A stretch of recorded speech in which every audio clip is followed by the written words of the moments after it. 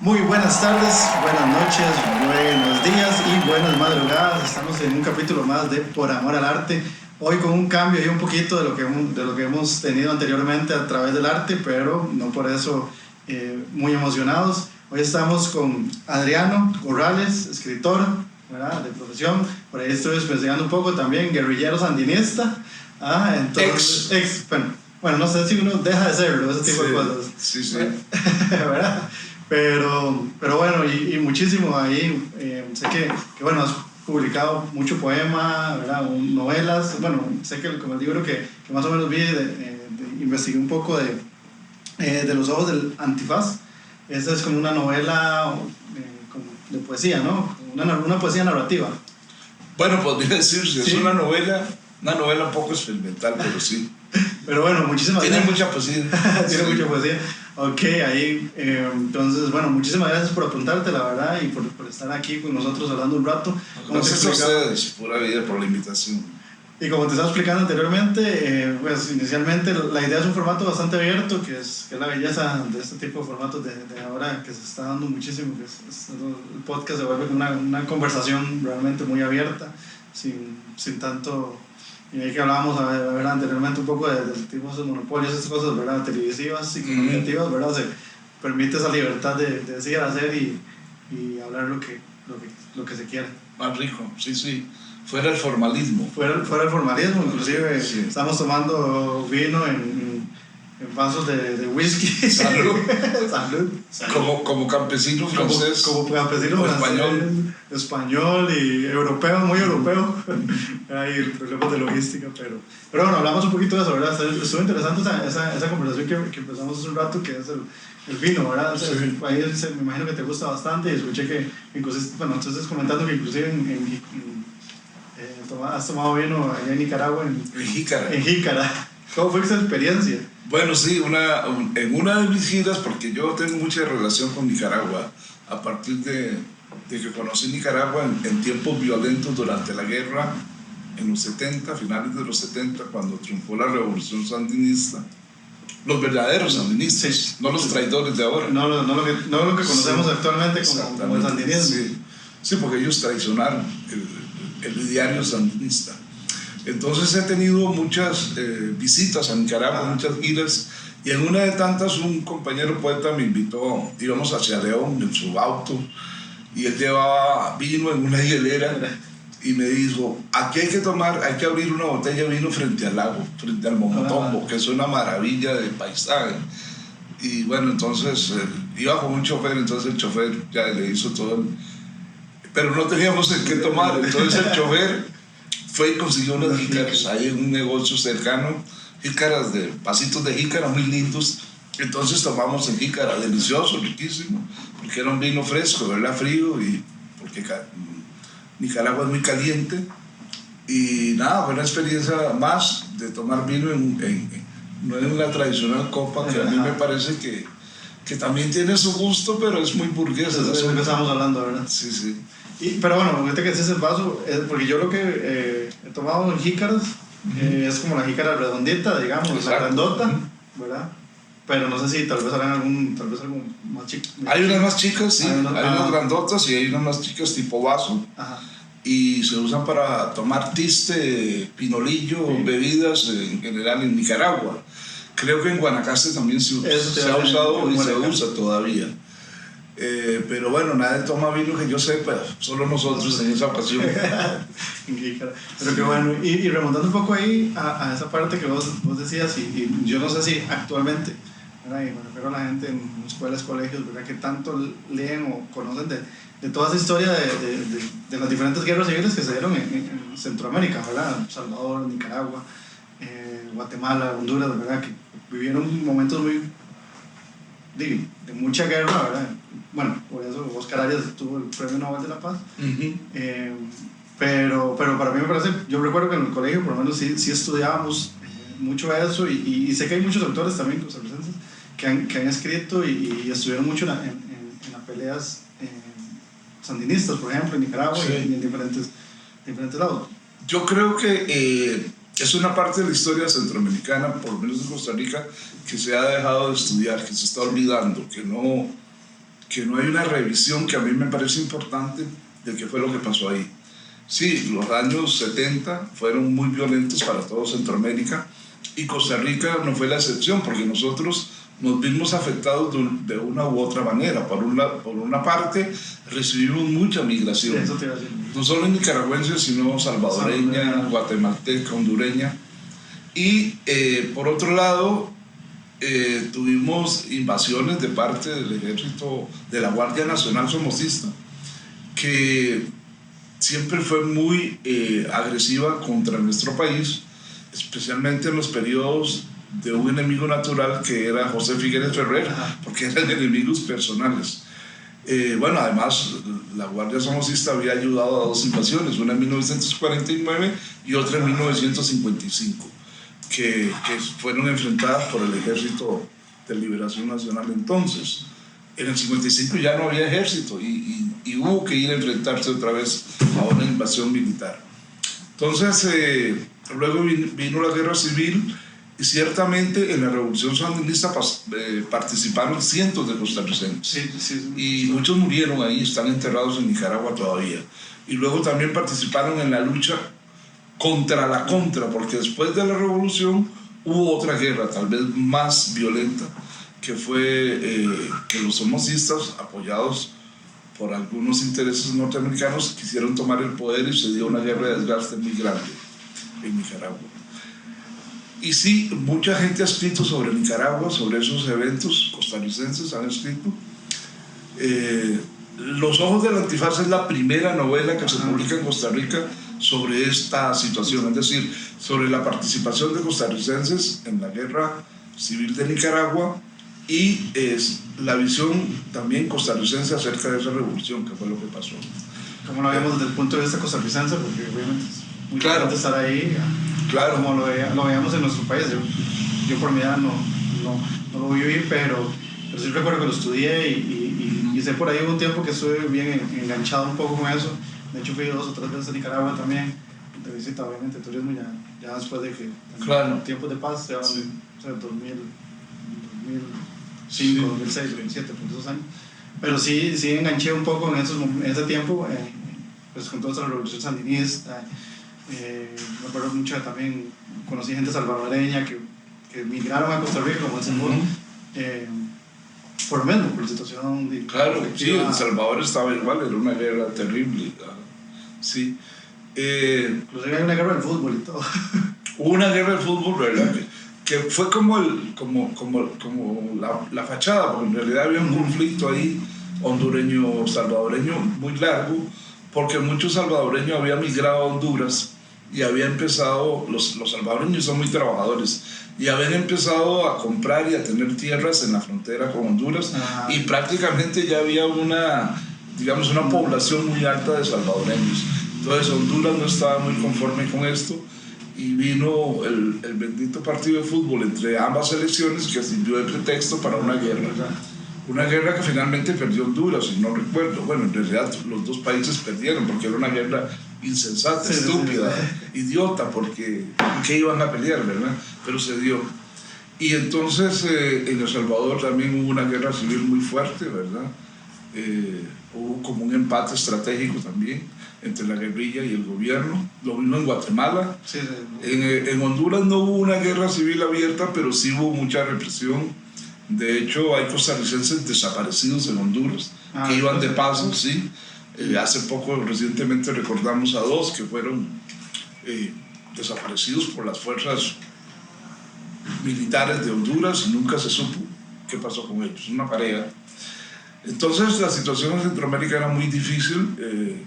Afortunadamente se dan los acuerdos de paz, que yo creo que Oscar Arias es como el personaje que resalta por el Premio Nobel de la Paz, pero ahí hubo mucha gente que participó para llegar a este consenso y a este acuerdo. Ahora bien, lo que habría que evaluar es si estos acuerdos de paz realmente trajeron la paz, porque yo creo que hemos seguido en una guerra, hemos seguido en Centroamérica. Costa Rica afortunadamente todavía no ha entrado en eso, aunque quien quite, ¿verdad? Ojalá que no.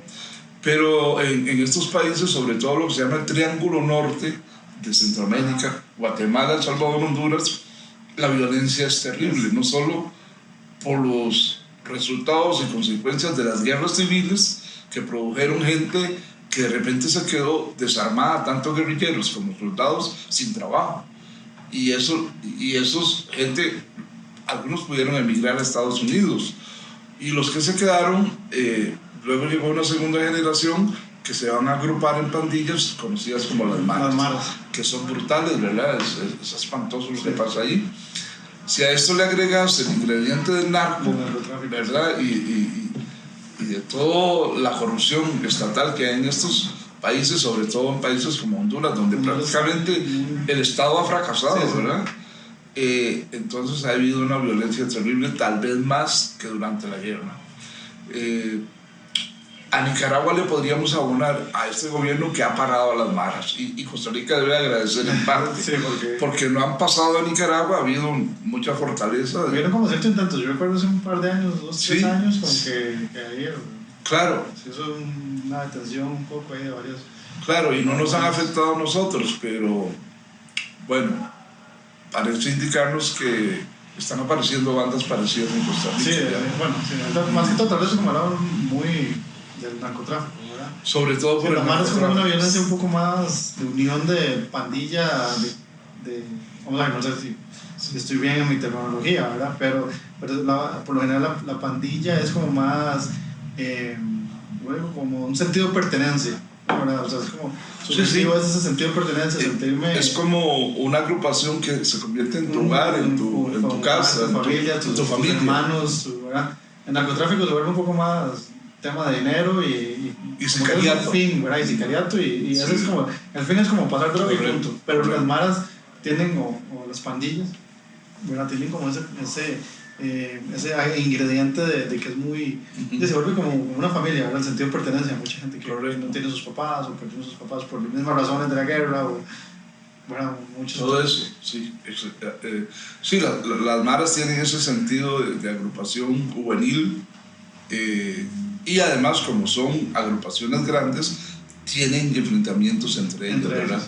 Son famosas la Mara 18 y la Salvatrucha, de las más grandes que hay en Centroamérica, y que han ido hasta Estados Unidos, ¿verdad? Están en Los Ángeles, están en San Francisco, o sea, porque los salvadoreños han emigrado mucho y los guatemaltecos también. Entonces eso es un fenómeno que se ha vuelto transnacional, digamos, ¿verdad? Terrible. Sí, es muy lamentable, ¿verdad? Porque vos decís, bueno, política de Costa Rica, y esperamos que continúe así, como decís vos, que quita un quite, hace mucho no escuchaba ese dicho, pero sí, o sea, es un hecho de que puede llegar muy cercano a pasar en cualquier momento. Sí, aquí el problema es que, digamos, los acuerdos de paz, que fueron muy importantes, no resolvieron los problemas estructurales de estos países. Es decir, siempre siguió la pobreza, siguió la desigualdad social, la inequidad económica, en fin, la baja productividad del país. Todo esto no se resolvió, y entonces es el caldo de cultivo para que aparezcan estas maras. Entonces en Costa Rica, que hemos venido teniendo hasta ahora un Estado, digamos, social de derecho, un Estado que han llamado benefactor, que ha mitigado estas contradicciones y que ha estabilizado el país con cierta paz social desde los años 50, digamos, hasta los 80, 90, parece que se nos está escapando, se nos está yendo de las manos, y eso es peligrosísimo, porque podríamos entrar en esa espiral de violencia del resto de Centroamérica. Ojalá que no, ojalá que este país despierte para que defienda lo que tiene, porque es que lo estamos perdiendo. Sí. Lo que nosotros conseguimos en los años 40 no lo consiguió el resto de Centroamérica y pocos países de América Latina, tal vez Uruguay, ¿verdad?, que ha sido como el otro país que ha tenido cierta estabilidad, aunque hubo golpes de Estado y todo. Pero Costa Rica ha tenido una paz social. ¿Por qué? Porque tiene instituciones muy fuertes que han determinado que haya una relativa, digamos, estabilidad social. Por ejemplo, la Caja Costarricense de Seguro Social, con un seguro universal para todos, el código de trabajo, las garantías sociales, ¿verdad?, las universidades públicas, la fundación de la Universidad de Costa Rica, la banca nacional, En fin, una serie de reformas que se hicieron en los 40 y hoy estamos volviendo a una suerte de contrarreforma para eliminar estas instituciones, privatizarlas y volver a lo que Costa Rica fue antes de los 40. Un país que podía ser muy desigual y por tanto caldo de cultivo para la violencia. Para mucha violencia. Sí, sí yo sí, es difícil, ¿verdad? Porque analizar todo este tipo de cosas porque, y volviendo un poco, ¿verdad? A los diferentes conceptos, ¿verdad? Obviamente un poco más social, como decís vos, ¿verdad? En Costa Rica sí siento que en algún momento se nos escapó un poco las manos el hecho de que la parte social, ¿verdad? Una caja de seguro social, por el mismo sentido del ser humano tal vez, del poder y la necesidad como de enriquecernos, ¿verdad? Y se volvió también un estado un poco caro por el hecho de que hubo como ciertos niveles de abuso, ¿verdad? Ha habido mucho abuso. Ha habido mucho abuso. Mucha corrupción, sí. Hay sectores que han utilizado el Estado para enriquecerse. Ajá. Y lo siguen utilizando. Y han legislado para sí mismos y han utilizado las mismas leyes para evadir impuestos, evadir cargas sociales, legitimar capitales, en fin. Eso es lo que está pasando. Y no hay un control, no hemos logrado un control y un equilibrio frente a esas cosas. Pero bueno, no sé si a la gente le aburrirá hablar de política, tal vez hablamos otra vez de literatura, no sé. A la gente no sabe. Bien, lo que nos gusta a nosotros, lo que estamos conversando, sí. Eso es lo importante. Pura vida, ok. Pero bueno, si quieres vamos a hablar un poco de literatura, sí me parece muy interesante, ¿verdad? Y volviendo un poco antes, tal vez de pasar la parte tuya de literatura, sí. Cuando estuviste combatiendo con el sandinismo, ¿estuviste como guerrillero? ¿O cuál era tu posición? ¿Cuál fue? ¿Cómo lo apoyaste, digamos? Sí, bueno, yo entré a la guerrilla en mis años juveniles siendo universitario, porque en ese momento había toda una ebullición, digamos, revolucionaria, sobre todo en las universidades, porque bueno, sabíamos de gente que moría, incluso costarricenses, policías que fueron heridos y todo en la frontera, y había como una suerte de solidaridad implícita con el pueblo nicaragüense. Estábamos también llenos de nicaragüenses que venían a pedir asilo. Yo creo que todo Costa Rica era sandinista en aquel momento, todo Costa Rica. Después esto cambió, obviamente. Entonces, no había casa donde no se hubiera atendido un muchacho, no había casa donde no se le hubiera ayudado con dinero, con alimentos, etc. Entonces también hubo un grupo de personas que decidimos ir a apoyar en el frente. Y yo me enrolé en la guerrilla a partir de un partido político de acá y de la militancia, digamos, en el movimiento estudiantil universitario. Y sí, terminé en la guerrilla. ¿Qué partido político era? Se llamaba Movimiento Revolucionario del Pueblo, ya no existe. Sí. Era un movimiento muy interesante, pero estaba totalmente equivocado. Planteaba la lucha militar para Costa Rica, que era realmente obtuso. Pero nosotros estábamos tan imbuidos de un montón de ideas latinoamericanistas, guerrilleras, que creíamos que esa era la salida y no, estábamos equivocados. Hay que aceptarlo. Pero luego, bueno, ahí terminamos apoyando en Nicaragua. Afortunadamente salimos vivos, sí, ¿verdad? Porque hay como...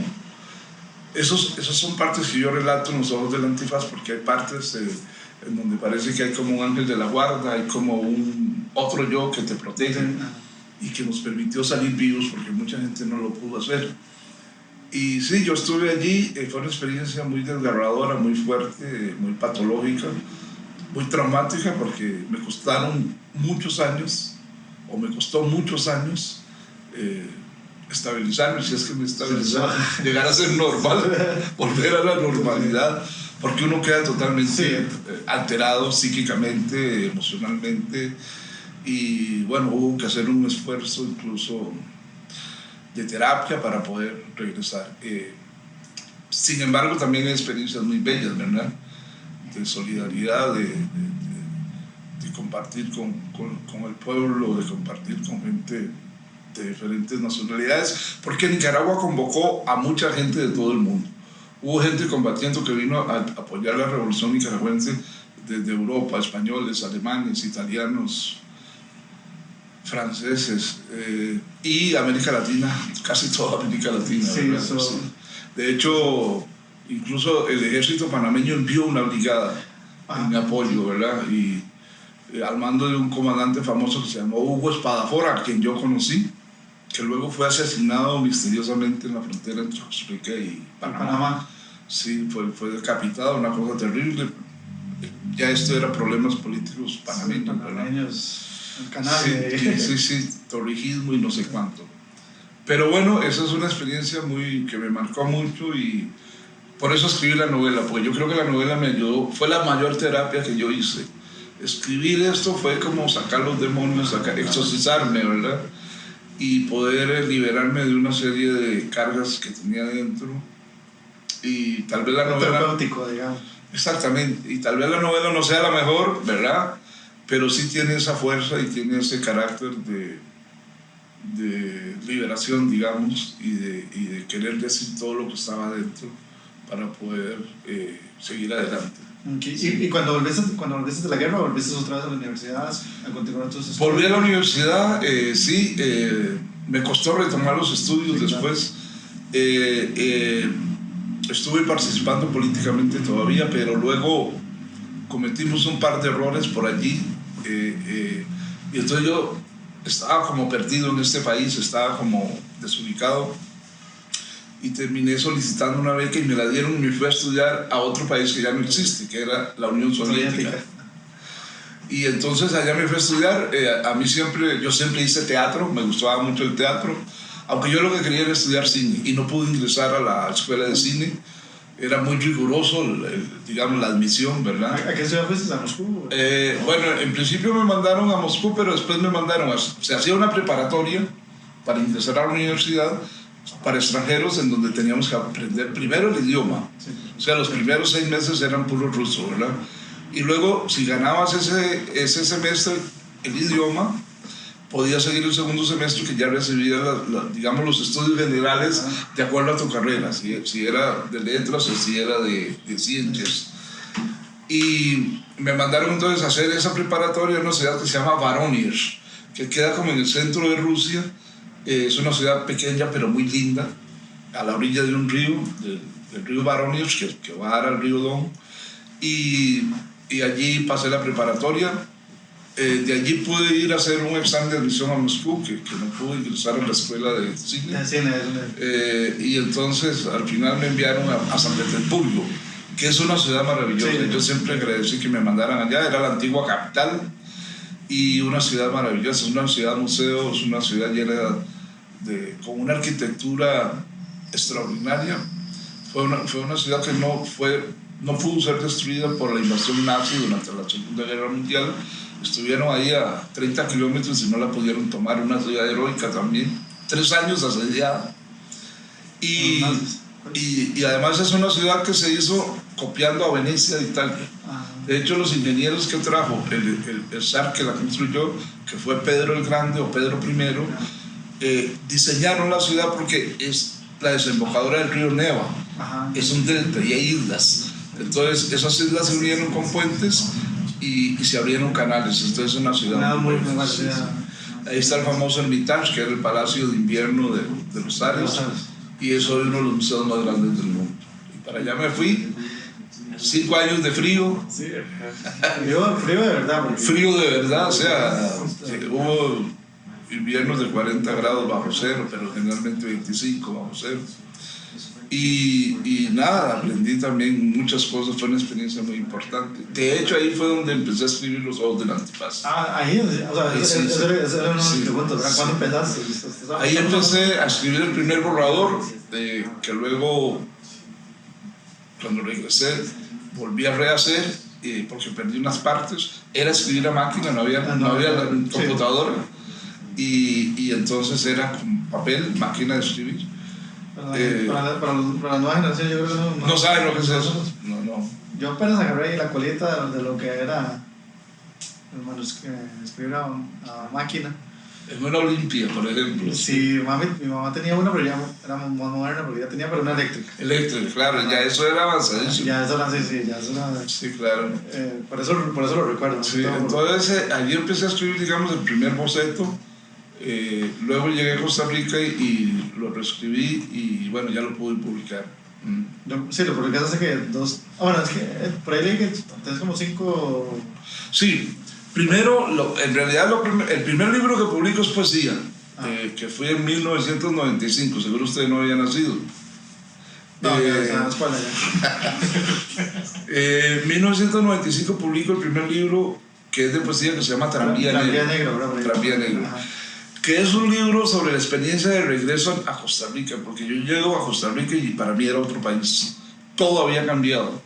Mis amigos no estaban, o se habían casado, o eran muy serios, eran ya profesionales, y yo no tenía trabajo, hacía teatro, y en Costa Rica había habido un boom teatral en los 70, fue la época de oro del teatro, y cuando yo regreso hay una crisis total, no había trabajo. No se ha levantado, por cierto. Sí, y entonces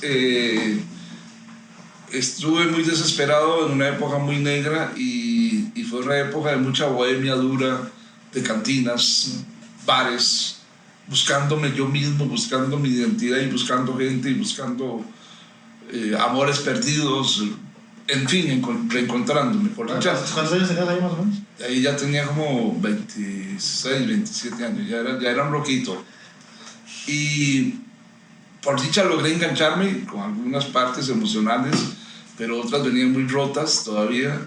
Y entonces Tranvía Negro es eso. En principio Tranvía Negro era un libro de poemas que cada poema llevaba el nombre de una cantina de San José y sobre todo San Carlos, porque yo soy oriundo de San Carlos. Se nos había olvidado decir eso. Pero luego un amigo mío, que fue el que me ayudó a editar ese libro, que se llamó Jorge Arturo, un gran poeta, ya murió muy joven, me dijo que no, que se veía mal, o sea, era como una tontera poner la suerte.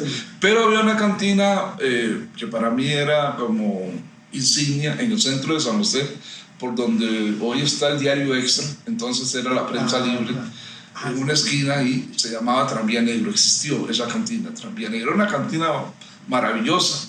Luego terminó siendo, creo que uno de los primeros, si no el primero, bar LGTB, TVI, se dice ahora. Es decir, el primer bar donde se reunían gays y lesbianas.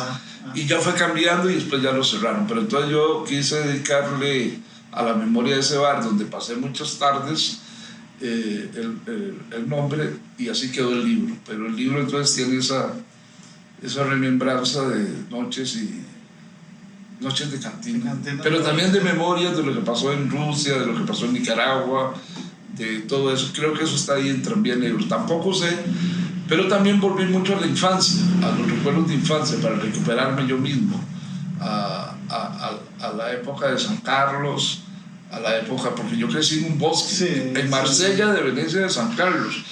No había carros, se salía en carreta con bueyes o caballo, imagínate. Yo le hablo esto a mis nietos, ya tengo nietos, y no me creen, dicen que soy mentiroso, que eso no existió.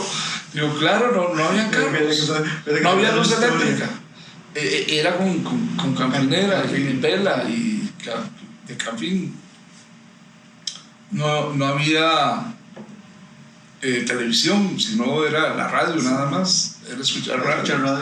Entonces, hasta más tarde. De transistores se llamaba uno con las baterías, las AA grandotas. Correcto.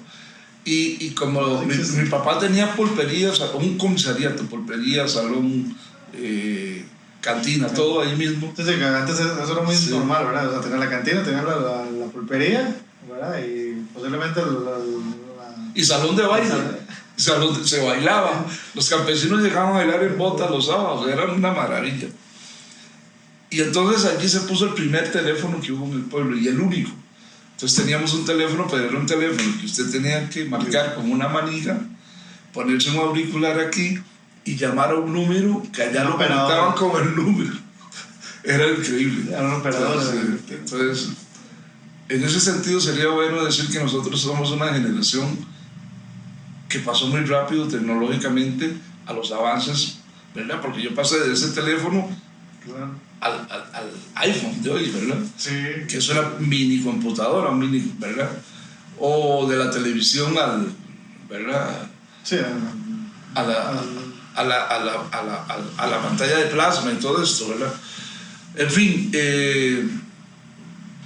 bueno, estábamos hablando del Tranvía Negro, que fue esa experiencia, fue mi primer libro.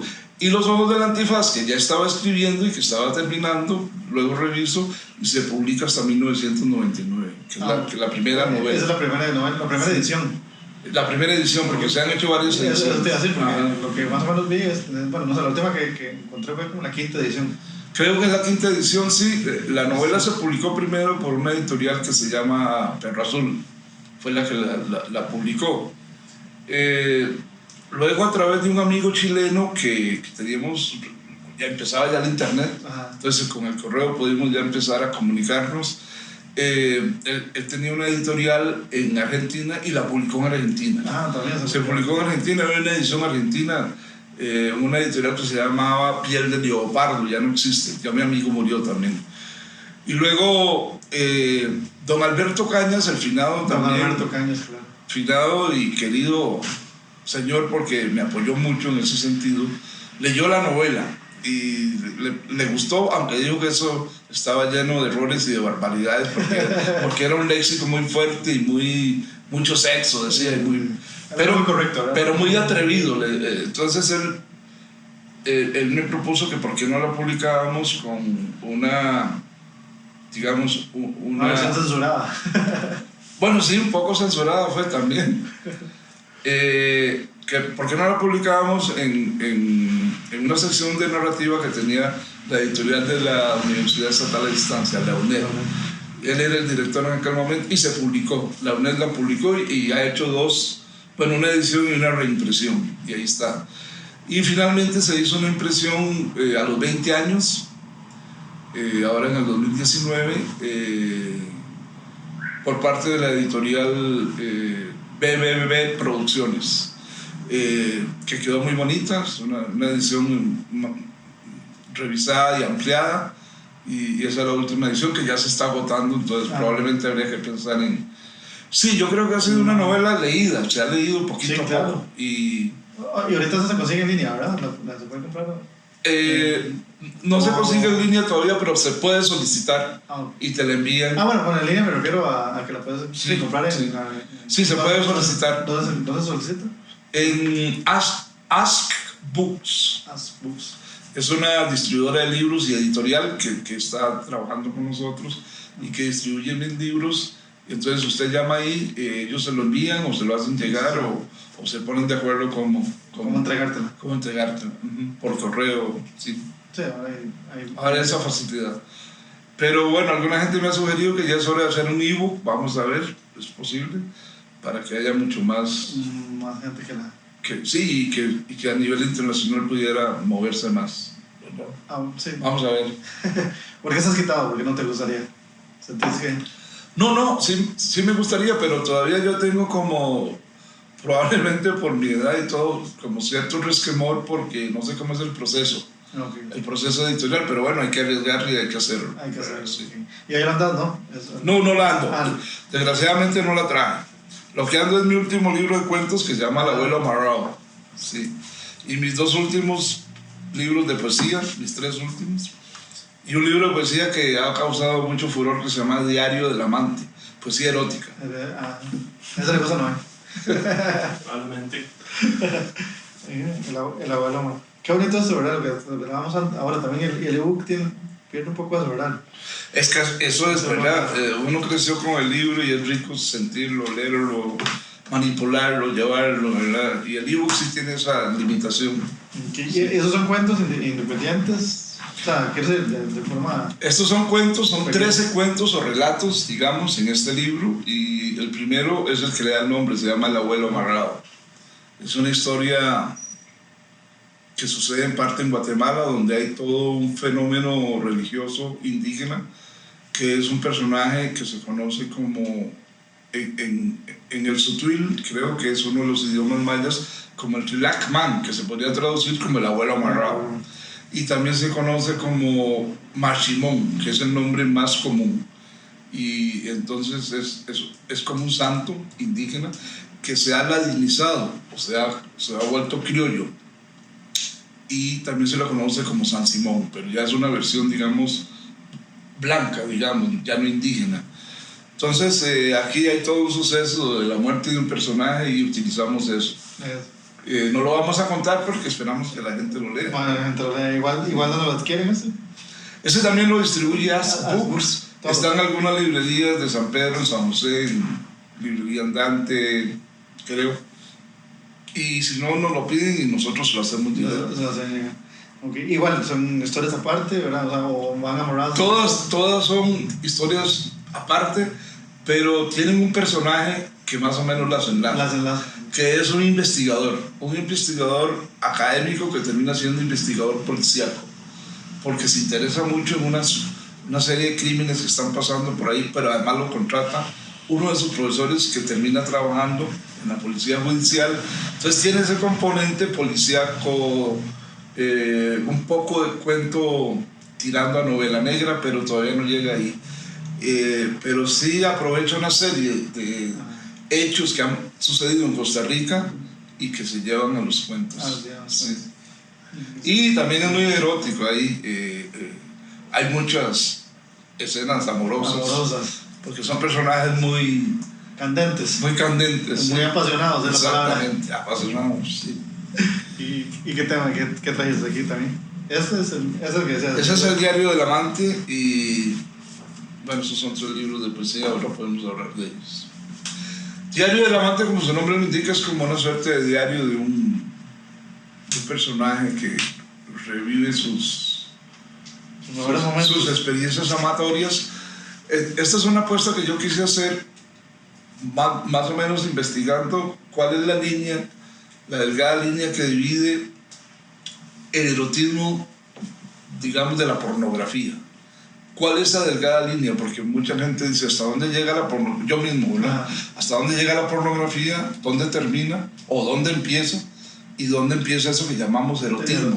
Que es más o menos permisible, ¿verdad? Entonces, ¿hasta dónde llega la censura de un hecho amoroso? ¿Hasta dónde podemos contar? ¿Hasta dónde no podemos mostrar? Tenemos todo eso que es un poco nebuloso, ¿verdad? Tiene que ver con la parte moral, religiosa, el pudor, las vergüenzas, etc. La inmadurez humana incluso. Entonces un poco es esa investigación, ¿verdad? La inmadurez moderna. No sé si se logra, pero bueno, ahí está. Sí. Y vos, ahorita que hablas de eso, ¿verdad? ¿Dónde sentís que ¿Dónde se divide eso, verdad? Ese erotismo y esa ¿Dónde está la línea? Ajá, ¿dónde está esa línea? Y actualmente, como te decís, ¿verdad? Hay demasiadas influencias. Sí, todavía eso sucede. ¿Y cuál te sentís que es esa línea? ¿Dónde se marca entre el erotismo y la pornografía? Bueno, yo creo que el erotismo tiene que ver con la seducción, tiene que ver con la parte, digamos, en donde no se abandona la ternura, el cariño, el amor y el diálogo entre dos personas que llegan a un encuentro amoroso como un convenio entre ambas personas, ¿verdad? No hay ninguna cosa forzada, sino que es un encuentro que sea más orgánico, más dentro de la conexión emocional, psíquica, no solo corporal y física. En cambio, la pornografía tiene ese elemento que es solamente la parte física, explícita, directa y a veces prosaica. Es decir, transaccional, como decían por ahí. Sí, a lo que vinimos, nada más, ¿verdad? Como dicen los que transmiten fútbol. Digamos que se pierde entonces el contenido que nosotros llamamos poético, se pierde la poesía, se pierde ese elemento de encanto que debe tener el amor, el encuentro amoroso, y en la pornografía se da más brutalmente, se da más elementalmente, más básica, más primitivamente incluso. Entonces yo creo que ahí es donde está la frontera, allí es donde está la frontera. Y en términos de literatura, ¿verdad? De escribir un encuentro amoroso sin que se pierda la poesía, sin que se pierda la ternura, sin que el lenguaje adquiera una cualidad vulgar o muy elemental, es lo que hace la diferencia, ¿verdad? Pero eso cuesta, es una apuesta, porque hasta dónde se puede, hasta dónde no, ¿verdad?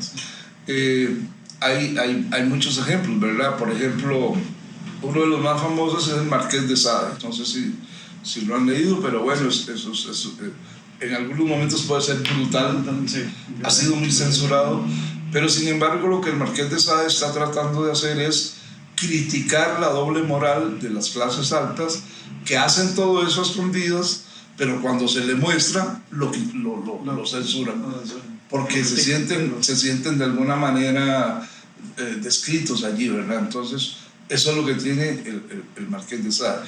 Por supuesto que a veces es muy explícito, muy brutal, pero también no deja de tener esa parte poética y no deja de tener esa parte seductora, esa parte oscura que todas la psiquis humana tiene y que siempre buscamos esos encuentros, porque nosotros al final somos boyeristas. ¿Qué quiere decir? En tico antiguo, no sé si todavía se usa la palabra, samueleadores, que samueleamos, ¿verdad?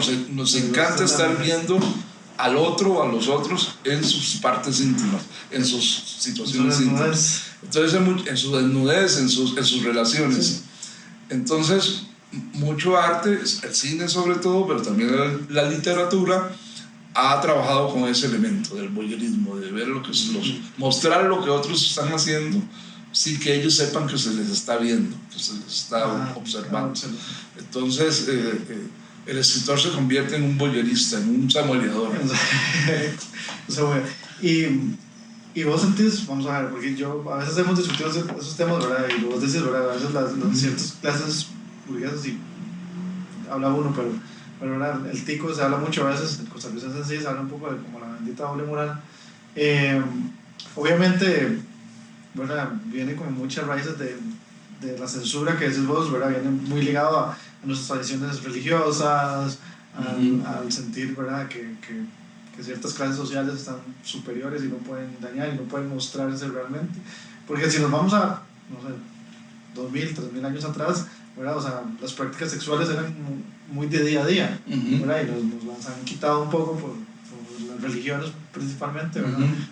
Nos han quitado como esa tranquilidad sexual, por decirlo de alguna forma, o esa desnudez, ¿verdad? Que podemos presentar, y nos han tratado de crear como una doble moral y que eso es malo y que eso es del demonio y bla, bla, bla. Sí. Las religiones sobre todo nos han llenado de traumas y de miedos y de temores y de un montón de entelequias que nos convierten finalmente en seres muy pobres, porque nos da miedo expresarnos, temerosos de expresar nuestros afectos físicamente, ¿verdad? Incluso un abrazo está prohibido ahora. A veces la gente le da miedo abrazarse. Entonces lo que ha logrado es que convierta una parte de la vida, como es la parte sexual erótica, en algo prohibido, en algo limitado, en algo censurado, mutilado incluso. Esto nos lleva a una serie de traumas, ya lo han estudiado el psicoanálisis, la psicología, etcétera, etcétera, y a un montón de enfermedades mentales que no tenemos ni idea de lo que estamos padeciendo. O sea, somos una sociedad enferma en ese sentido. Hemos perdido la capacidad de asombro y cada vez ha sido mucho más brutal lo que tenemos que ver cuando tenemos que ver con las relaciones sexuales eróticas, porque se han censurado. Entonces nos hemos convertido en seres más esclavos de lo físico, de lo sexualmente duro, y no hemos logrado abrir a plenitud para lo que vinimos a este mundo, que es amarnos los unos a los otros. La misma religión al principio lo dice, ¿verdad? Amados los unos a los otros, y como decía el eslogan de un programa que había antes en la radio de educación sexual, no debemos tener vergüenza de hablar de lo que Dios no tuvo vergüenza en crear, ¿verdad? Es decir, somos seres sexuados, no asexuados. Somos seres hechos para el amor, capacitados para el amor, y el amor es un hecho orgánico. Como usted decía, hace miles de años era totalmente natural y lo hemos desnaturalizado, lo hemos convertido en algo prohibido. Entonces un poco esa es la idea de poder hablar de la sexualidad humana como algo inherente al ser humano, propio y además rico, nutricio, fabuloso, hermoso, bello, No es ningún trauma, no es nada. Es decir, al revés, quienes lo condenan son los que están traumados, ¿verdad? Porque no pueden gozar, de algo tan humano como el amor, de la plenitud amorosa. Entonces, un poco esa es la idea, ¿verdad? Bueno, sí. Sí, ahí se nos podemos analizar, ¿verdad? Muchas cosas. Sí. ¿Verdad? Hace mucho sentido lo que dices, ¿verdad? Lo priva gente que está privada de esa.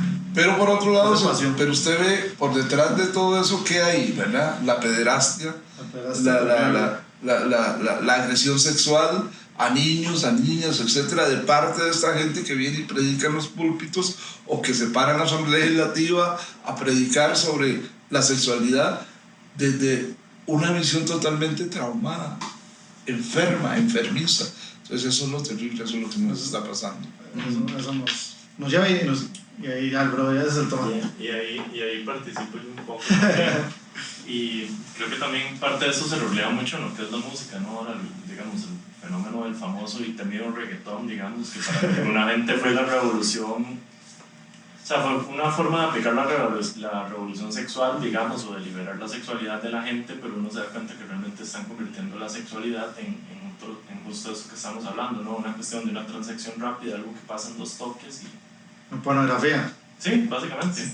Y pornografía mala atrás de eso. Y lo peor, y porque estamos en una sociedad que todo lo que toca lo convierte en mercancía, es que se ha mercantilizado, se ha convertido no solo ya en una transacción rápida, sino en una atracción económica. Y es lo terrible, ¿verdad? Entonces, esto tiene que ver con todos los niveles de prostitución a los que estamos asistiendo y que tienen que ver con esas prohibiciones, ¿verdad? Con esas, además, vulgarizaciones, se podría decir, de algo tan bello como es el amor. Como el amor, la actividad amorosa. Sí. El unir en 2 pasiones. Exactamente, sí. Bueno, ahora se habla mucho de lo poliamoroso. Bueno, ahora sí. Hemos evolucionado. Hay toda una discusión al respecto, pero bueno, yo creo que es sano. Es que cuando se habla de esto, estamos liberándonos. Ajá. Y de ahí la importancia de la educación sexual en escuelas y colegios. Es que la conversación libera, ¿verdad? Claro. O sea, la discusión, sí, o el debate, o la discusión a veces tiene una connotación un poco negativa, pero me refiero a discusión, al conversar del tema, a hablar del tema, a debatir del tema. Exacto. Porque el tema tiende a enmascararse con los niños, ¿verdad? A decirles con eufemismos. Exactamente. Y no hablar directamente, ¿verdad? Entonces ahí se va creando lo que un investigador costarricense llama las gavetas sexuales del costarricense, que es todo lo que vamos metiendo en nuestras gavetas, ¿verdad? Entonces ya después eso se convierte en un tabú peligrosísimo, porque es como una bomba de tiempo que tenemos adentro y cuando explota, cuando abrimos esas gavetas no sabemos el monstruo que puede salir y ese es el asunto, ese es el problema. Sí, y estamos tal vez hasta cierto punto el reggaetón, así que le decimos el bro, el reggaetón tal vez se vuelva hasta cierto punto un poco protesta, digamos, o tratando un sentido de liberación un poco de tantos años de represión, ¿no? Sí. Porque antes sí teníamos protestas de otro tipo y veíamos otros momentos, ¿verdad? O sea, antes la protesta, y vos que lo viste, la protesta era contra el gobierno, contra la represión de dictaduras, era muy político, exactamente, ¿verdad? Era música de protesta muy política, ¿verdad? Tal vez hoy es un tema de protesta un poco más, ya no tenemos tanto conflicto latinoamericano, por lo menos, y el mundo en realidad, sí. ¿verdad? O sea, ya no hay tanta guerra como antes. Bueno, sí hay guerra, lo que pasa es que se expresa de otros medios y hay guerra económica, sí. Ahí podemos hablar de otros, sí, tal vez no, a la bélica, digamos. No, pero sí hay guerra, lo que pasa es que hay guerras que no existen para los medios. En este momento en Yemen hay una guerra terrible y no sale nada en los medios, ¿verdad? En este momento Israel sigue asesinando palestinos y no se dice nada. Es decir, Israel sigue invadiendo Palestina, se la va a dañar todo y nadie dice nada. Pero sí, gracias, ¿no? Pero sí, tal vez habría que ver si más bien esa protesta es como una evasión para que hablemos de nuestros problemas individuales y olvidemos los problemas colectivos, habría que ver, ¿verdad? Nos hemos vuelto más individualistas también, ¿no? Totalmente. Es raro, ¿verdad? Porque las redes sociales y todo eso nos vuelven individuos, ¿verdad? Cuando somos individuos, pero nos volvemos muy, como seres humanos, muy individualistas al hecho de que yo como me divido, yo como primero yo, y listo. sí, pero además un yo introvertido, cerrado, metido en sí mismo, que ya no tiene interacción con la realidad social ni con la realidad que nos está circundando. Entonces, todo lo que pasa afuera no me importa, no me interesa, ni siquiera el paisaje. Ya no miro el paisaje, yo me he dado cuenta. En los niños que están metidos en el celular, hacen un viaje de 3 horas en auto y no miran el paisaje. No existe el paisaje. Uno les dice, mira el mar, lo importante está aquí, ¿verdad? Entonces hemos perdido la conexión con toda la realidad, y ni se diga la realidad social, es decir, incluso intrafamiliar, es decir, la gente no dialoga, perdimos el diálogo, y eso nos está volviendo en una sociedad muy peligrosa, porque nos hemos encerrado nosotros mismos, y como dije antes, cuando salga ese monstruo no sabemos qué va a pasar, qué va a salir, si es un gatito o es un dinosaurio, un Godzilla. Un Godzilla, exacto, ¿verdad? Pero sí, es una situación muy difícil.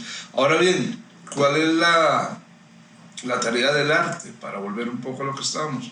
Y cuando hablo de arte, hablo de todas las expresiones artísticas, de la música, de la literatura, de la escultura, de la pintura. Es mostrar esto, indagar sobre esto, investigar sobre esto, sobre la condición del ser humano en una sociedad que está enferma. Yo digo que esta sociedad está enferma, una sociedad llena de complejos, de heridas no solucionadas, y además de los problemas económicos, sociales, locales y mundiales, ¿verdad? Entonces, la tarea del arte yo pienso que es esa, mostrarnos cómo salir de ese túnel oscuro en el que estamos viviendo, que para mí esto es un periodo de transición. Creo que lo que viene será mejor, tengo esperanza, creo que el mundo será mejor, que el ser humano está capacitado para lograr plenitud, pero que está pasando una época oscura, y esa época oscura la podemos superar, y creo que esa es la tarea del artista, esa es la tarea del creador de cualquier arte, ¿verdad? Y por eso me parece un poco criminal utilizar el arte para intoxicar más a la gente. El arte tiene que liberar, tiene que mostrar, tiene que ayudar a tener más esperanza, a buscar la solidaridad, la amistad, el amor, porque si no, ¿de qué se trata, no? ¿A qué venimos? ¿A qué venimos? Sí, ¿verdad? No vamos a continuar en el mismo círculo vicioso. Yo creo que hay que salir, y los grandes artistas han hecho eso, todos los grandes artistas. Y hoy en día, ¿verdad? Tanto en la música como en el arte, incluso en el cine, en el teatro, en fin, hay gente que por dicha está haciendo eso. Claro que a muchos de los poderes fácticos de la sociedad no le conviene, por eso los invisibilizan, y por eso se promueven artes que evaden y que más bien hacen que la gente se consuma más, ¿verdad? Como el reggaetón o todas estas expresiones masivas. Sí, yo no sé si a veces es tanto como eso, sino es el hecho de que vivimos en un poscapitalismo, ¿verdad? Posiblemente, donde todo es mercancía. Todo es mercancía. O sea, hasta los sentimientos. Y hay que tener cuidado con eso, porque todo se vende, hasta el sentimiento, ¿verdad? Sí. Y te hacen enamorarte de una muñeca, de una máquina. Es decir, la gente se está casando con robots, con muñecas, con muñecos. En Japón ya pasó, en Japón. Entonces vos decís como, ¿hacia dónde vamos, verdad? Es decir, que nos estamos deshumanizando cada vez más. Sí. Pero yo creo que mientras estemos alerta, eso puede cambiar, se puede hacer un cambio. Creo que esa es la tarea de muchos artistas. Sí. Y aquí en Costa Rica, artistas, no sé, bueno, hablas de Alberto Cañas, yo no sé si la gente un poco ahí reconoce un poco, tal vez los más viejitos. Yo, porque un momento estuve bastante interesado, cuando todavía estaba Alberto Cañas en vida, era mucho de sus obras, me acuerdo de que leí 80 años no son nada, creo que fue su última, no sé si fue su última. Fue su último creo que fue su último libro. Sí, que es como un testimonio biográfico, sí. De él. Obviamente, sí. Bueno, Ubieta, que yo creo que, no sé si todavía se lee en la escuela, en el colegio, pero en sus tiempos. Ubieta, y yo creo que en los colegios y las escuelas ya no leen. Sí, yo no sé. Sí, que se lee menos. Se lee menos. Sí. Y bueno, dijiste que pues es una persona que te ayudó mucho. Yo lo admiré mucho, ¿verdad? Inclusive me acuerdo que tenía un programa de radio que todavía lo escuché durante los últimos años. Sí. Yo creo que don Alberto fue una figura muy importante. Hay muchas personas que lo adversaron. Yo en principio también no estuve de acuerdo en muchas cosas de las que dijo. Sin embargo, me pareció, cuando me acerqué a él, o cuando él se acercó a mí, porque tengo que agradecerle, te voy a contar, él leyó la novela, no sé cómo, era un lector extraordinario. Don Beto en ese momento era el único, digamos, él murió leyendo, yo intelectual de este país que conocía todo lo que se estaba publicando. Ahora es muy difícil porque se publica mucho más. Sí. Pero él leyó la novela y escribió una reseña en una columna que tenía en el periódico La República que se llamaba Chisporroteos, era famosa, yo siempre la leía, porque decía, era muy bueno escribiendo, un gran periodista, y escribió una reseña. Y cuando yo vi eso, digo, ¿cómo? Beto Cañas escribió una reseña sobre mi novela, ¡wow! Y aunque era una crítica muy dura, pero muy buena, yo le agradecí muchísimo, sí, con fundamento, por supuesto, y que me hizo ver errores. Entonces allí fue donde yo lo llamé para agradecerle, y bueno, después tuvimos la oportunidad de estar en un evento en el Instituto Tecnológico juntos con doña Carmen Naranjo, otra gran señora que me apoyó mucho y que me dio consejos. Me acerqué a don Beto y me di cuenta que era un tipo extraordinario. Primero, era simpaticísimo. Segundo, tenía un humor muy profundo. Pero tercero, convicciones muy fuertes que no cedía ante nadie. O sea, era un tipo de verdad que fundamentaba sus criterios, equivocados o no, porque los había estudiado, los había razonado, había leído, y entonces no estaba hablando paja como cualquiera. Y bueno, además estuvo convencido de que el Estado Social de Derecho costarricense era lo más importante, era lo que había que defender. Era completamente socialista. Totalmente socialista, en el sentido figuerista de la palabra, pero figuerista el viejo. Sí, eso es lo que iba a decir, ¿verdad? Ahorita hablamos de Figueres y... De Figueres Ferrer, no del 8, sí, sino de don José Figueres Ferrer, ¿verdad? Sí, entonces... Sí, combatió en 48. No sé si combatió, pero estuvo muy cercano. Pero sí, Pepe, él fue súper cercano. No, claro, él estaba en el Centro para Estudios Nacionales, los que le llamaban los glostora, porque eran los que usaban un fijador de pelo que se llamaba glostora. Entonces andaban todos, eran generalmente intelectuales, profesionales, estudiantes. Y sí, él estuvo muy cerca de Pepe, fue muy amigo de Pepe y asesor. Estemos de acuerdo o no, fue un gran personaje para la cultura costarricense. Sí, por supuesto. Y hay que respetarlo, yo siempre lo respeté. Además, un viejo muy amistoso, muy solidario. Él sabía que ideológicamente estábamos en contra. Incluso un día me dijo una cosa muy interesante.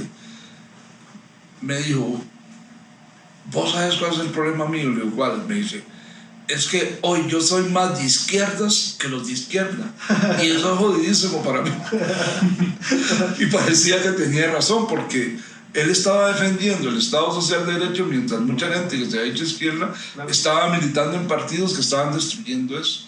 Entonces, y como Liberación también se había convertido en un partido en contra del mismo Liberación original. Sí, de hecho él salió de Liberación y fundó el PAC. El PAC con otra visión, creo. Otra visión que también fue traicionada. Que fue... Y adulterada y convertida en otra cosa, ¿verdad? Sí, pero sí, don Beto fue un personaje muy importante. Y aparte de él, ¿qué otras personas hablaste ahorita? Doña Carmen Naranjo, tuve el placer de conocerla, fue una gran señora también, me dio muchos consejos, la visité en su casa, una señora muy generosa, también muy culta, una señora que además también igual con un criterio. De hecho, ella tenía encontronazos con Beto Cañas, entre ellos que eran del mismo partido, lo que indica que tenían un pensamiento libre, un pensamiento propio, y eso no tenía ninguna contrariedad con rebatir una idea con un compañero, ¿verdad? O una compañera. Que volvemos a lo mismo, la ricura del conversar, la ricura del debatir, que no necesariamente uno tiene que estar de acuerdo, ¿no? En posturas, ¿verdad? O sea, que es al final, sí, es esto, ¿verdad? Sentarse a conversar, Tal vez yo, como de momento, ya soy más de izquierda que los demás de izquierda, porque Sí. se transforma un poco, ¿verdad? Y se transforma un poco. Yo tengo un gran amigo a quien voy a saludar, a ver si nos ve por ahí. Se llama Carlos Porras. Ahí se lo pasamos, ¿verdad? Carlos Porras es un personaje, un gran amigo, pero además es un gran intelectual y es uno de los críticos literarios más importantes del país. Ha hecho reseñas, también es un gran lector, es un tipo muy informado, es filólogo, estudió en Inglaterra, pero digamos que ideológicamente él está al otro lado de lo que yo pienso y creo, y incluso radicalmente, pero tenemos una amistad muy profunda. Y Carlos me ha dicho una cosa que a mí me parece interesante. Me dice: mira, ¿en qué país del mundo se puede sentar un hombre de derechas como yo con un hombre de izquierdas como vos, porque habla como español a veces en ese sentido, izquierdas y derechas, y tomarnos un café y no enojarnos y discutir? Solo en Costa Rica. Y tiene razón, ¿verdad? Afortunadamente nosotros hemos tenido esa posibilidad del diálogo y de la discrepancia, algo que se está perdiendo, ya se perdió. En este momento el país se está radicalizando. Creo que hay un fundamentalismo político que ya no permite la discusión. Hay gente que ve el mundo solo en blanco y negro, no ve todos los colores que tiene, los matices, exactamente, los grises, sino que se ha vuelto mucho más, digamos, refractaria a la conversación, al diálogo, y eso es muy peligroso. Es muy peligroso porque se están cerrando canales, y a mí me preocupa. Incluso algunos personajes de la política son cada vez más,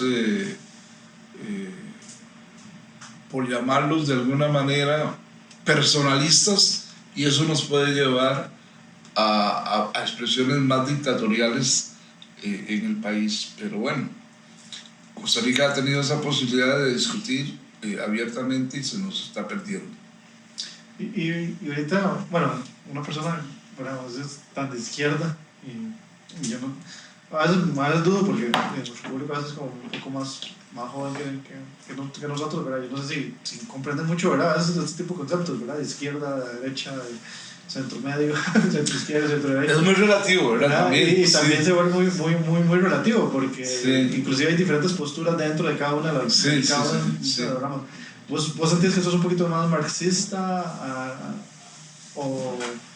Bueno, yo digo que la gente de izquierda, que se llame de izquierda, realmente debe haber tenido y tiene una formación marxista. Porque digamos que el marxismo, para mi criterio, es una teoría científica o académico-política que te permite analizar la realidad desde una perspectiva de los sectores desposeídos de la sociedad, de los sectores populares, digamos. Pero es un instrumento de análisis que no es un dogma para mí, no es una religión como para mucha gente se vuelve sino que incluso hay que entender que en algunas cosas Marx se equivocó y que en algunas cosas hay que ponerle la paleta en su lugar, sobre todo que es una teoría muy europeizante, y nosotros desde este lado del charco tenemos que ver la realidad de otra manera, porque nosotros hemos de alguna manera, valga la redundancia, sido conquistados por Europa y hemos sido ideologizados por Europa, y el marxismo no entendía eso de la colonialidad ni de la colonización. Nosotros tenemos la parte colonial que no tiene Europa, ¿verdad? Porque hemos sido colonizadores y no colonizado. Exacto, y seguimos siendo países dependientes económicamente. Entonces ahí, pues, digamos que hay un... Pero digamos que yo sí tengo una formación marxista, repito, no es un dogma para mí, lo he superado, he ampliado mis criterios y sigo una tendencia a nivel nacional, que es lo que me dijo un profesor universitario también marxista, marxista-leninista, y de verdad un filósofo marxista, o sea, no es cualquier tipo improvisado.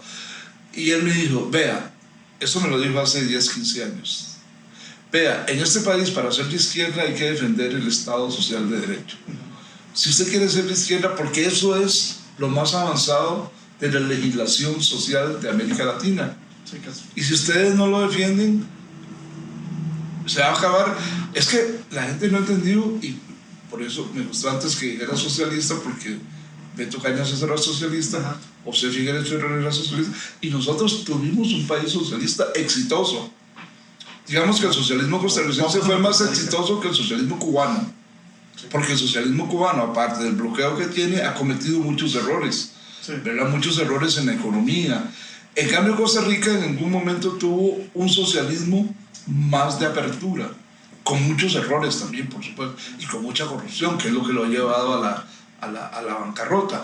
Pero el socialismo costarricense o la vía costarricense es de éxito. Y nosotros, incluso es lo que hemos venido conversando con muchos amigos, no necesitamos estudiar tal vez a Marx por referencia o a otros pensadores internacionales, porque nosotros hemos producido en Costa Rica suficiente pensamiento para seguir adelante. Nosotros tenemos los liberales, Ricardo Jiménez, toda esa gente del Olimpo. Luego tenemos la socialdemocracia, pero antes tenemos a los comunistas, a Manuel Mora, ¿verdad? Carlos Luis Fallas, etcétera, etcétera. Luego los socialdemócratas, Rodrigo Facio, Alberto Cañas, Monge, José Figueres Ferrer, y luego Daniel Oduber, Rodrigo Carazo, gente pensante muy, muy interesante con propuestas políticas. Entonces, si nosotros, y además la iglesia, la teoría social de la iglesia con un monseñor Víctor Manuel Sanabria, por ejemplo, y toda la teoría social de la iglesia, lo que llamamos el social cristianismo verdadero, no es del partido. No el partido, porque eso es otra cosa, es una aberración. Pero si nosotros amalgamamos todo esto, tenemos un pensamiento nacional muy rico, muy nutritivo, que nos puede dar luces hacia dónde ir. Pero nosotros no estamos estudiando nuestro propio legado, no lo estamos haciendo, lo estamos negando. Y estamos buscando afuera, y eso es peligrosísimo. Bueno, y creo que para general, ¿verdad? O sea, vamos a ver, y aquí hemos pasado muchos artistas, y retomo un poco también la parte artística desde el punto, pero ahorita comparando la parte artística con la parte política y nuestras ideologías políticas, siempre miramos hacia afuera y no miramos hacia adentro. O sea, el costarricense, lamentablemente, tenemos cosas maravillosas, hemos hecho cosas muy bien y cosas muy mal, pero tal vez las cosas malas que hemos hecho es el hecho de que miramos mucho afuera y nos ha costado mucho ver adentro, cuando tenemos en muchos ámbitos mucha trayectoria, mucha arte, mucho artista, mucho. Y ahora que lo mencionas, que no hemos tocado, creo que nadie en política aquí, es ese hecho de que vos decís, ¿verdad? O sea, tuvimos, no sé, desde 1944 hasta 70s, 80s, creo que un socialismo demócrata, ¿verdad? ¿Verdad? Ahí tenemos a Pepe igual, ¿verdad? Sí. Pero 3 veces presidente, pero sí, o sea, muy exitoso, ¿verdad? Donde realmente la educación, y yo por lo menos, creo que hasta cierto punto la educación en mis años y de mis padres por lo menos, y el tuyo por ejemplo, o sea, era una educación de primer nivel, inclusive mucho mejor que... Y además yo no podría haber estudiado si no se hubieran dado esas reformas. Yo no podría haber ido a la universidad, ni de San Carlos venir a estudiar a San José. Gracias a eso, y era de primer nivel, como dice usted. Es decir, en la escuela estábamos los ricos y los pobres recibiendo la misma educación. En la secundaria también, en la secundaria pública, eso se perdió. Los profesores nuestros todos eran graduados de escuela normal o de la universidad. O sea, no había nadie improvisado como ahora, pegabanderas que les dan el puesto de maestro o de profesor y no saben. Es decir, el otro día se hizo una investigación y parece que los profesores que enseñan inglés, solo el 60% más o menos sabía o dominaba el inglés, ¿verdad? Pero volviendo un poco a lo que usted decía, es cierto, nosotros nos hemos negado a nosotros mismos en nuestra historia cultural y en nuestra historia artística.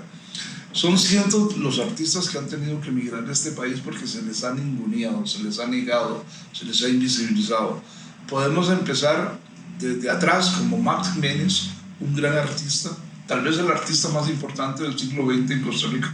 Max Jiménez fue pintor, dibujante, escultor, grabador, poeta, narrador, ensayista, uno de los impulsores de un género que es novedoso, que es el aforismo en Costa Rica, pero además mecenas, viajero y amigo de personalidades como Pablo Picasso, con quien expuso en París, o César Vallejo, el gran poeta peruano, o Miguel Ángel Asturias, el gran escritor guatemalteco.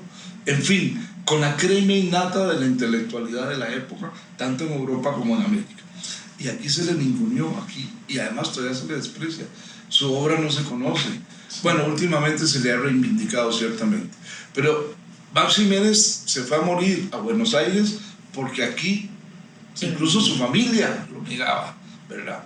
Pongo ese ejemplo, voy a poner más ejemplos. Eunice Odio, la poeta más importante de este país y una de las poetas más importantes del mundo hispanoamericano, de la poesía hispanoamericana. Su obra es tan importante como la de un Pablo Neruda, como la de una Juana de Borború, como una Gabriela Mistral, etc. Pero en Costa Rica nadie la lee ni la conoce. Y ella también tuvo que irse de aquí, se hizo guatemalteca, luego se hizo mexicana, Bueno, murió muy joven, ¿sabes que era guatemalteca, cierto? triste y abandonada en México, ¿verdad? Sí, Muerta sí, en una bañera durante una semana. Por el olor fue que una vecina dijo que qué pasaba en su casa, en fin.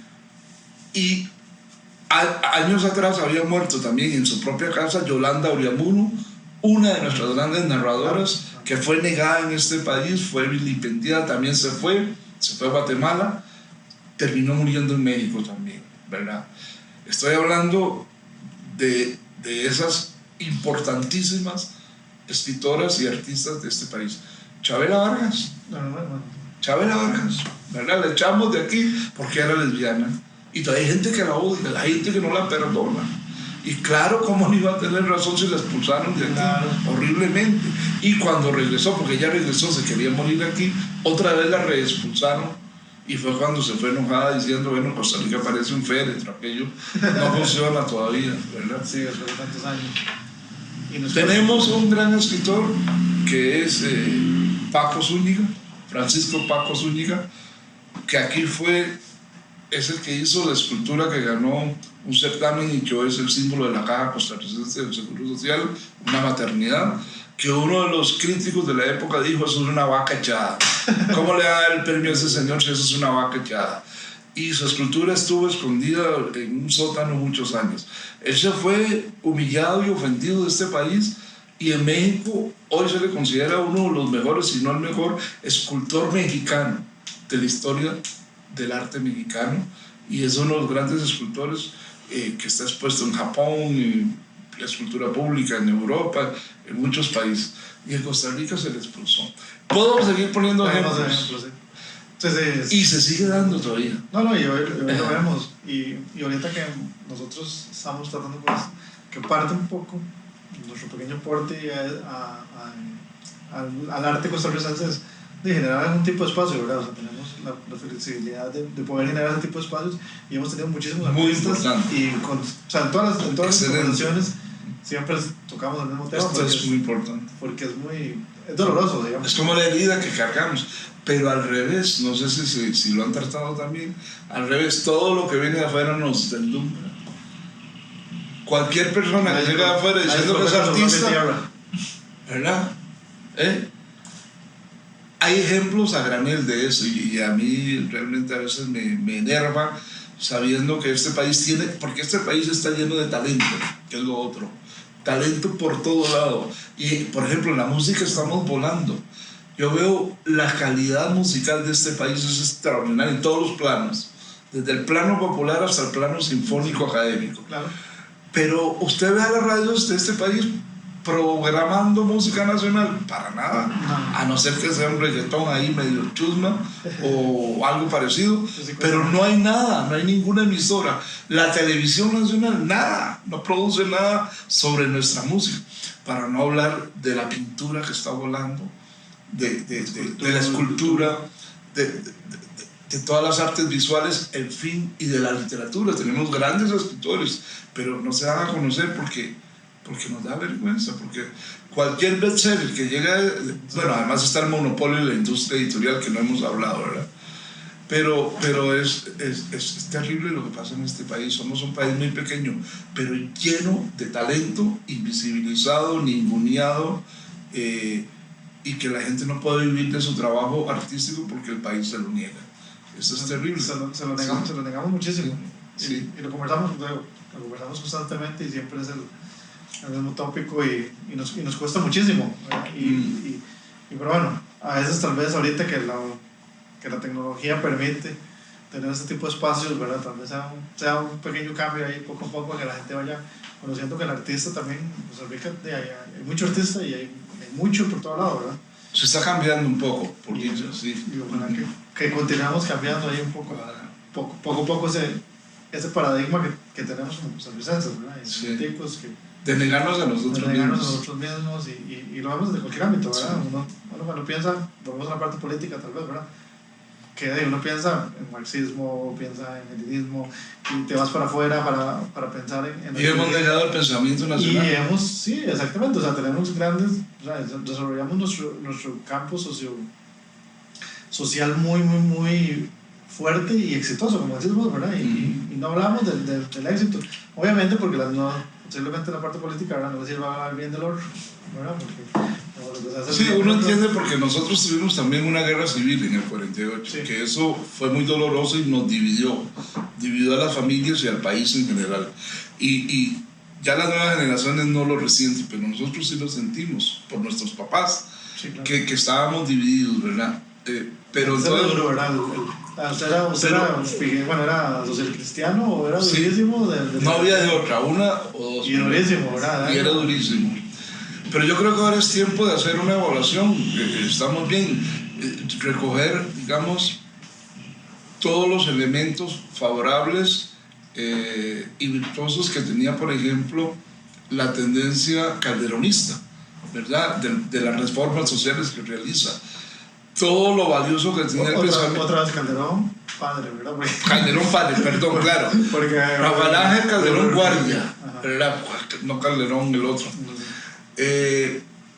Por aquello, porque Sí, todo lo que estaba alrededor de la reforma social también aliada del Partido Comunista, con Manuel Mora y todos los pensadores que estaban con él, Carmen Lira, Luisa González, Carlos Luis Fallas, etc. Y por otro lado, lo mejor de la socialdemocracia, con José Figueres Ferrer, con Rodrigo Facio, Carlos Monge, etcétera, etcétera.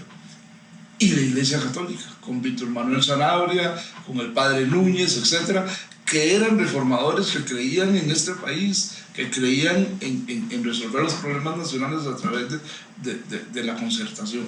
Yo creo que ya es hora de reunirlo, ahora podemos hacerlo sin tanto problema de encontronazo, pero nos cuesta todavía.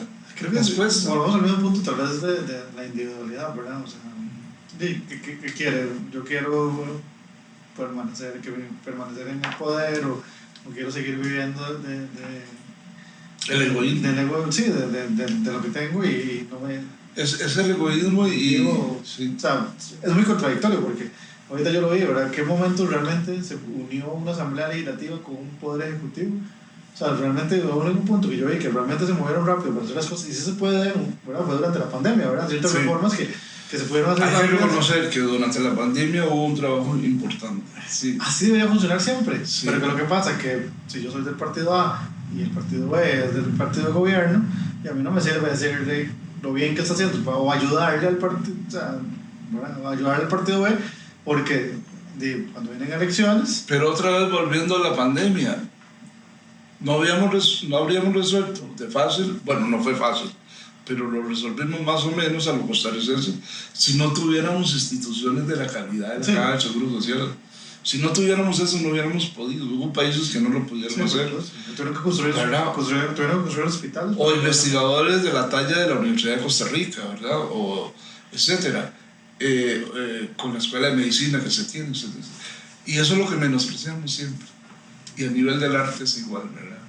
A nivel del arte es igual. Nosotros hemos construido una institucionalidad que estamos tirando por la borda, ¿ya? Todo lo que se construyó lo estamos votando. En vez de duplicarlo. Sí. Sí. Sí. Yo, muy personal, obviamente, siento que mucho fue el abuso interno, ¿verdad? Del hecho se individualizó las instituciones, las personas, ¿verdad? Trataron de, como decimos, ¿verdad? De corrupción.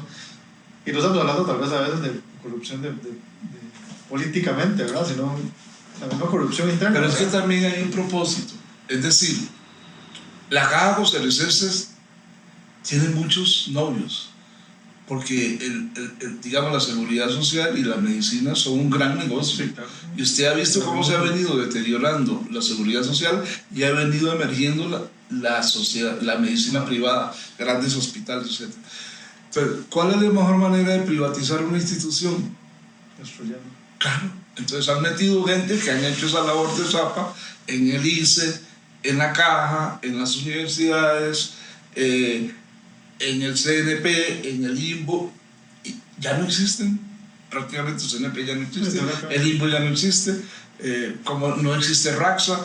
¿Por qué? Porque hay intereses que quieren esos negocios privatizados. La banca, bueno, ya este presidente anunció que va a vender el Banco de Costa Rica. Algo que le costó a José Figueres Ferrer fue nacionalizar la banca en 1948, que estaba en manos privadas, y eso era el gran problema de las garroteras en este país. La electricidad estaba en manos privadas y se nacionalizó. Se nacionalizó el comercio exterior, se nacionalizó el transporte. Eso fue lo que le dio el impulso de desarrollo a Costa Rica en los 60 y lo permitió a usted y a mí estudiar. Va a ser al revés, y nuestros pobres niños no van a tener dónde estudiar. Van a tener, si no tienen plata, que ir o a un hospital privado o a la beneficencia, como era en Costa Rica. Así era Costa Rica. Si usted no tenía plata para pagar el hospital o la pensión, que se llamaba, usted tenía que ir a la beneficencia, y era una medicina de tercera categoría y te podías morir. Entonces, eso es lo que nos está pasando.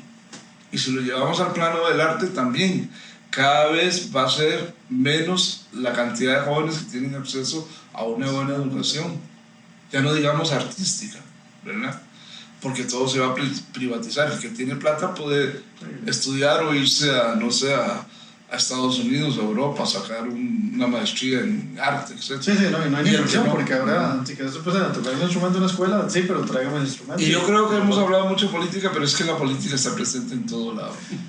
Sí, sí, sí. Tal vez deberíamos leer algo, hacer algo diferente para ya no aburrir tanto. No aburrir tanto la... No, yo soy emocionadísimo, o sea, a mí me encanta seguir.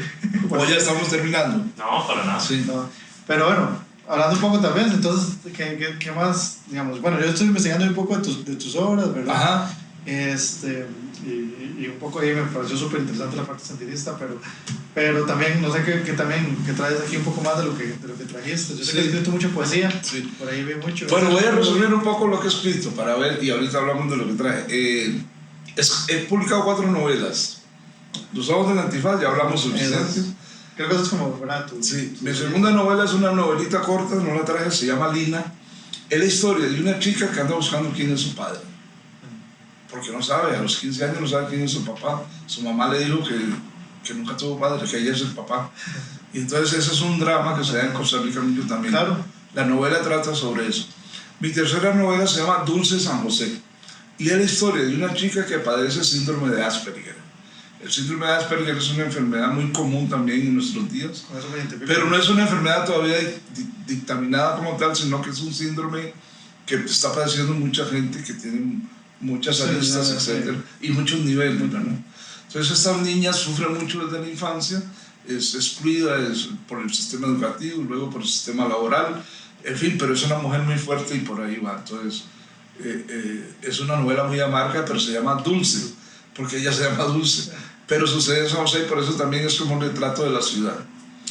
Y mi cuarta novela se llama La Ruta de los Héroes. Es una novela que trata sobre los hechos de 1856-57 de la lucha del ejército costarricense, que entonces había ejército y era el mejor ejército de Centroamérica.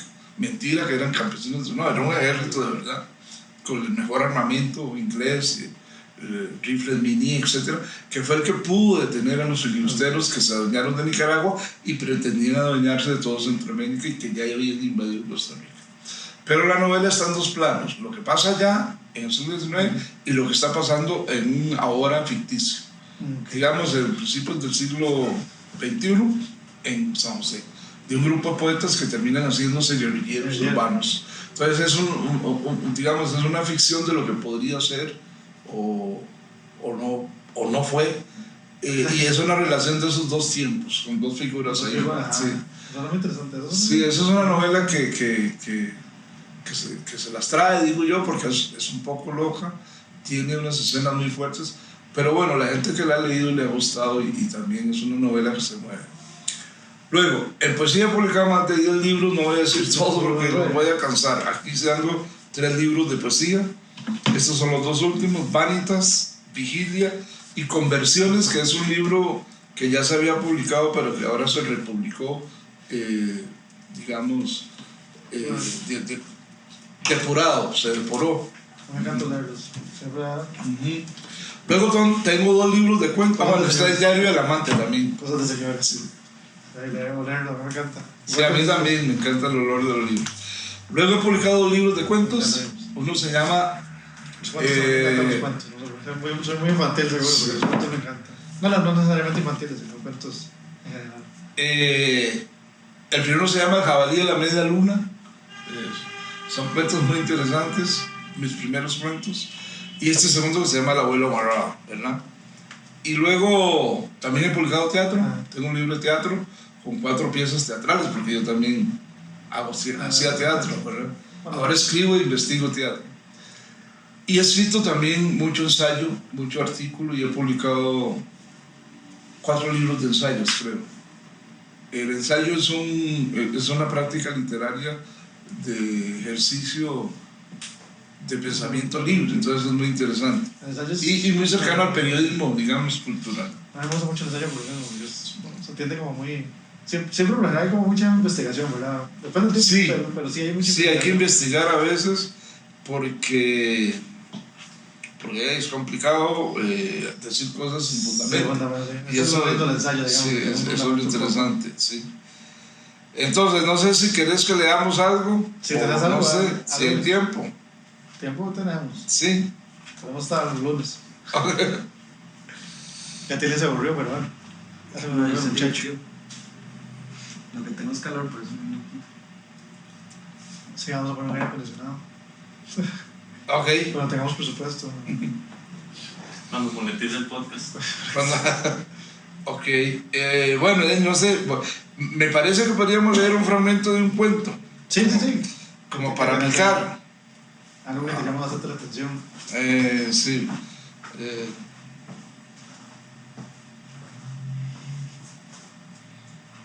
Voy a leer un fragmento de un cuento como para picarlos. Este es un fragmento, ¿verdad? Vamos a leer.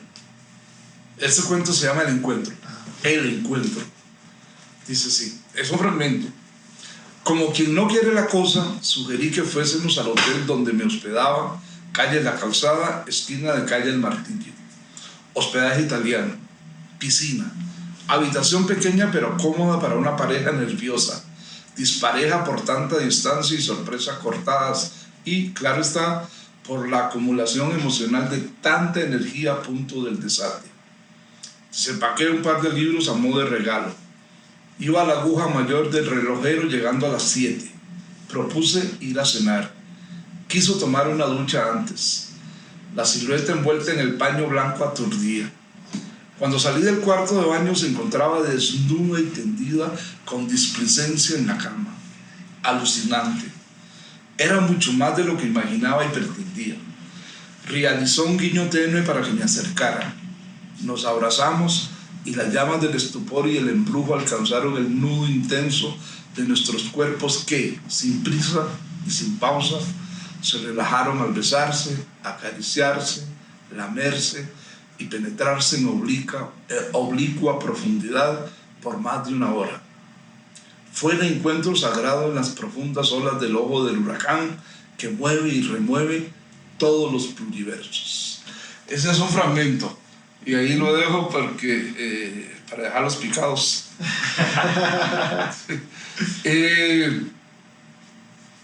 No sé si hacemos otro fragmento de otro cuento. Bueno, tal vez muy en otra onda.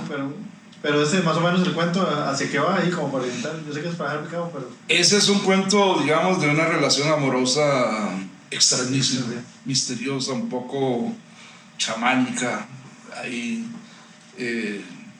binacional también, y que lo pone uno de punta en algunos momentos. En algún momento lo pone, sí. Lo pone tenso. Sí. Ahí está. ¿Eso suena? Sí. Ese librito Ahora, sacando los cuentos. ahora es el inicio de uno que se llama Cruces, que es en otra nota para que vean. Dice así: llovía como por venganza. Uno de los 3 jeeps se atascó en un lodazal del demonio. Caminamos un par de kilómetros hasta dar con la vivienda improvisada con láminas de zinc transportadas por el río desde los edificios abandonados por la compañía. Logramos encender la estufa y preparar un café de montaña oscuro y amargo que nos supo a gloria. Minutos después de la escampada escuchamos los disparos. Roy y Jairo, quienes habían salido por más leña y agua, fueron sorprendidos, pero respondieron con presteza al fuego. Por demás, logramos desplegarnos con celeridad para repeler el ataque. Era un grupo de unos 15 hombres con trajes de fatiga y armados con AK-47. Se internaron en la selva en busca de la frontera. Al menos uno de ellos iba pegado. Roy gravemente herido. Se logró el aterrizaje de un helicóptero para trasladarlo hasta el Hospital San Carlos. Falleció en el quirófano. Se ocultó el suceso a la prensa. Y ahí va. Ese es un cuento más ya policíaco, dentro de... Pues es que es el que dices que va como amarrando diferentes... Exacto. Ahí los se va personajes amarrando. va ahí como... Sí, ahí va amarrando ese personaje que es el investigador, ¿verdad? Bueno, no sé, yo creo que ya es suficiente los cuentos. No, bueno, a mí me encantan los cuentos. Sí, a mí también. Pero bueno, no sé si leemos un par de poemas. Claro. Sí. Que nos persiga. Bueno, voy a leer este que es uno de los poemas de este libro, que se llama Poema de Invierno. Si nunca has visto caer la nieve en un bosque de abedules, no entenderás las palabras enredándose en la sangre. Aunque es seguro que has visto caer la lluvia un día soleado en un bosque de laureles o jaúles. Así, la luz se transparenta en tus huesos como lluvia vibrante cuerpo adentro. O la realidad te atraviesa como una bala donde navegas sobre un ancho río de nieblas. Es un poema dentro de esta onda, pero vamos a leer un par de poemas amorosos ahora. Este se llama Vale. Vale.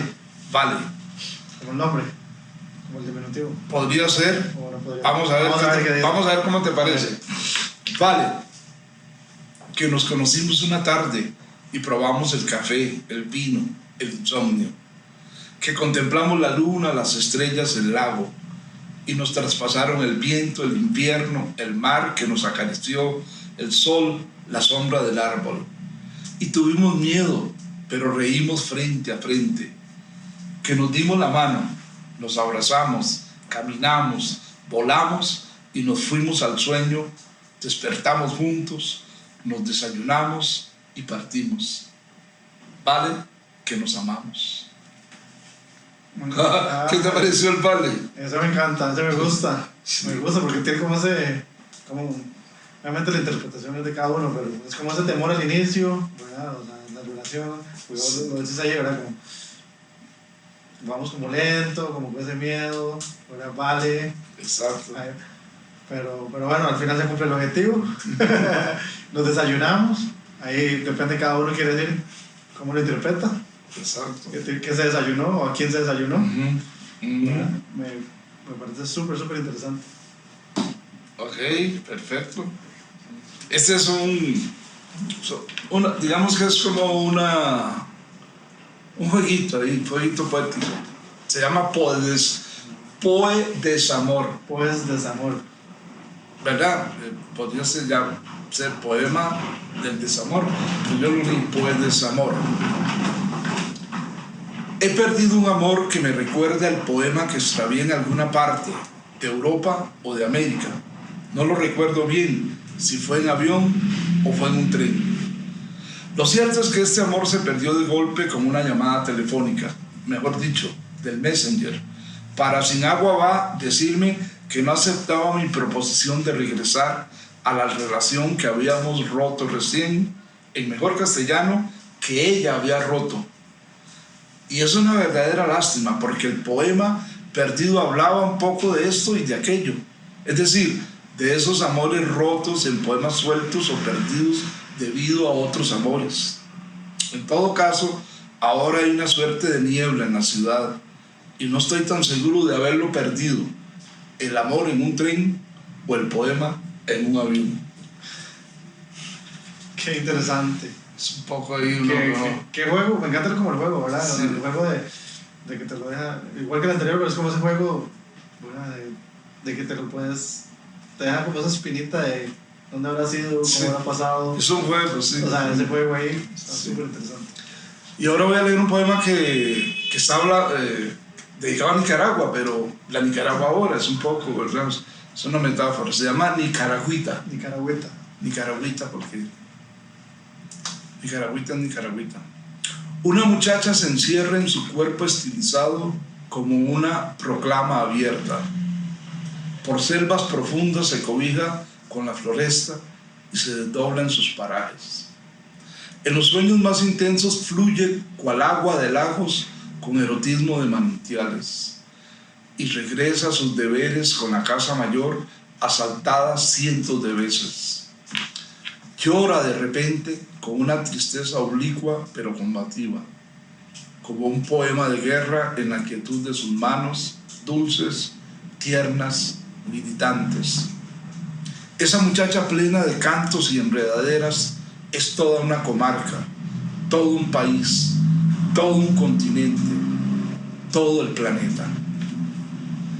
Es un homenaje a Nicaragua. Al Nicaragua actual, Sí, sí, sí. arrebatado un poquito por tantismo. Y bueno, no sé, yo creo que por ahí, ya para no aburrirlos. No, estamos súper interesados, pero yo creo que ya también, más bien muchas gracias por eso. No, muchas gracias a ustedes. Sí, yo quería tal vez ver si podías comentarnos un poquito de la etapa de lo de miércoles de poesía y talleres literarios. Ok, Pues, ok. una parte importante. Gracias, Noé, por la pregunta. Bueno, sí, una parte de mi trabajo ha sido, digamos, la difusión de la literatura. Bueno, trabajé muchos años con el Instituto Tecnológico de Costa Rica. Hoy soy un privilegiado jubilado con un salario de lujo, ¿verdad? Me jubilé con la mitad de mi salario para todos los que envidian a los empleados públicos, ¿verdad? Es decir, que hoy estoy trabajando en otras cosas porque si no, esto no funciona. Así es de agradecido el país, así es como nos han venido erosionando, pero bueno. Entonces, durante casi 18 años tuvimos un programa en la Casa Cultural Amón, que tiene el Tecnológico en Barrio Amón, que es una casa cultural que ha sido muy importante para San José. Bajando la cuestica. Bajando la cuestica, exacto.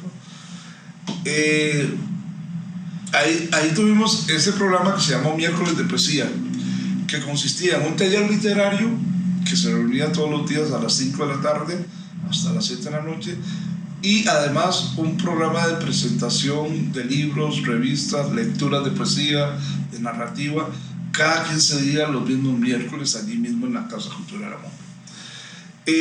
Por ese taller ha pasado mucha gente, ha habido mucha gente participando. Algunos de hoy son poetas consolidados, y que están haciendo un trabajo muy interesante, pero no solo poetas, también ha pasado gente que se ha dedicado a la música, que se ha dedicado al teatro, que se ha dedicado a la pintura, en fin, a la danza, que han hecho carrera artística. Diferentes expresiones de arte. Sí. Y bueno, además durante 15 años tuvimos esa posibilidad de dar a conocer muchos autores nacionales e internacionales en literatura, presentaciones de libros.